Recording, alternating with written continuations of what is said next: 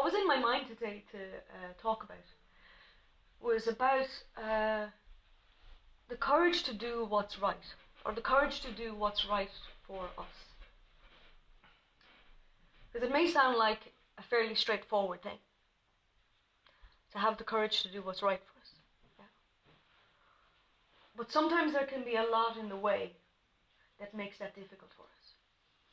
So even if we have a sense of what the right thing to do is, this might be something that we're struggling with personally. It might be something that's challenging us in a relationship, in work, something like that. And we have a little bit of a sense of the right thing to do. And that might be a very subtle, intuitive kind of feeling. A feeling of what I need or something like that. But in the way, or what can muddy that, is first of all our emotions. If we're having a very strong emotional reaction to something, that can make it really hard to feel just that subtle feeling of our intuition that tells us, no, this is the right way to handle this. This is how you need to handle this. So let's say if we get very hurt by something somebody says, or we feel very disrespected, but it's a strong emotional reaction. In those moments, in that energy, it's really hard to feel what's right for us. We can get caught in the emotion, and that can feel very right, but it's not necessarily right. Connected to that can be our thoughts about whatever has happened. Our thoughts might be saying things like we're hard done by, or disrespected, or ignored, or whatever it is.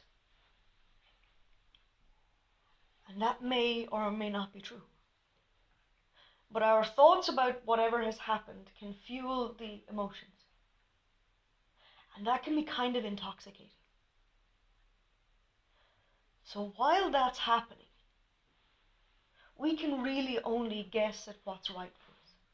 So the courage, when I say about the courage to do what's right for us, possibly our first step in that is the courage to let go of being intoxicated by our emotions.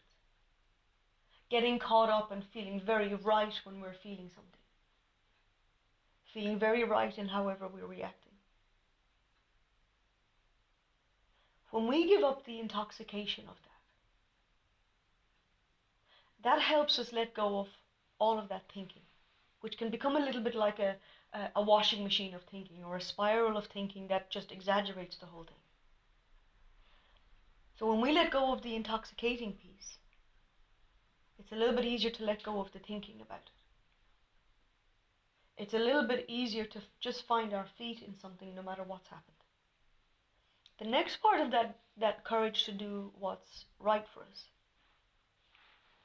is, it's a little bit like having an open mind.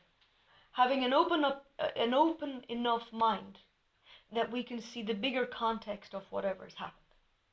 When we're caught up in a strong emotional reaction, we can feel kind of victimized.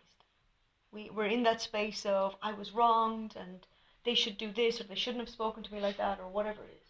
In that space where we allow just a little bit of openness in our mind, we can see a little bit more of maybe why this might have happened. Am I able to be objective? Am I able to see it, let's say, from the other person's point of view, why they might have said that, or why they might have reacted in that way?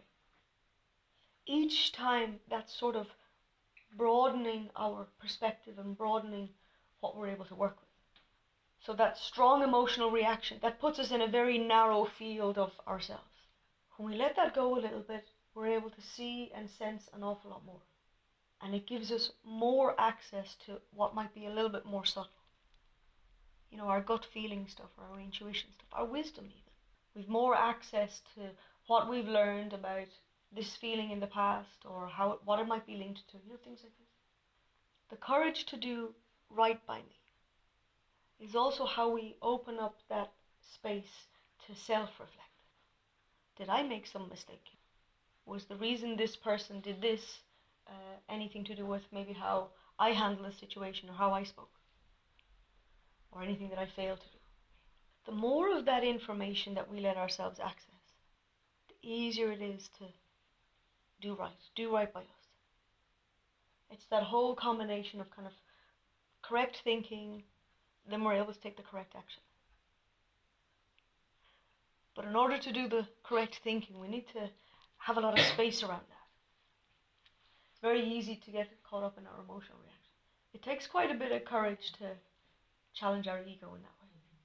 Because ego speaks quite strongly. Ego speaks in quite a definite sort of a way. It's the I'm right and you're wrong kind of way of speaking and way of thinking. Yeah? And it's not so negotiable. Do you ever try and have a reasonable argument with somebody who was in that kind of frame of mind? You just can't get anywhere with it. It's really difficult to see anything beyond the, no, you were wrong, you shouldn't have done this, and you've done this before, and how many times have I... Yeah, we're familiar with this. And that part of our personality, yeah, that's the part of our personality that is absorbing an awful lot of information from the world. It's absorbing an awful lot of information about how we do relationships. It can be like how we get what we want, or how we get what we need, or how do I get around this person, or what works in this situation or that situation. It's in a very logical and sometimes even calculating kind of way that this works. Yeah, it's always absorbing that. And it's done this since we were maybe age 2, 3, able to really observe the world and take note of how we can manipulate things. You'll see a 2-year-old manipulating. Yeah? Ask mom for a biscuit, mom says, no, you can't have a biscuit, and then, go ask dad. Yeah? We learn it even then. Okay, well, that's not the answer I wanted, so I'm just going to go ask somebody else. Yeah? So that part of us is establishing from that small. So when that's in our adult self, in our adult world, it's still operating in the same way. It's still operating in the way of how do I get what I want. But that's not necessarily what's right for us. So the courage to do right by us is kind of like a step beyond that, where we step a little bit beyond what we would typically want or what we feel that we need. And it's allowing ourselves to take a broader perspective of what's actually right for me here, in terms of a kind of maybe an ultimate outcome or an ultimate result. What feels right for me?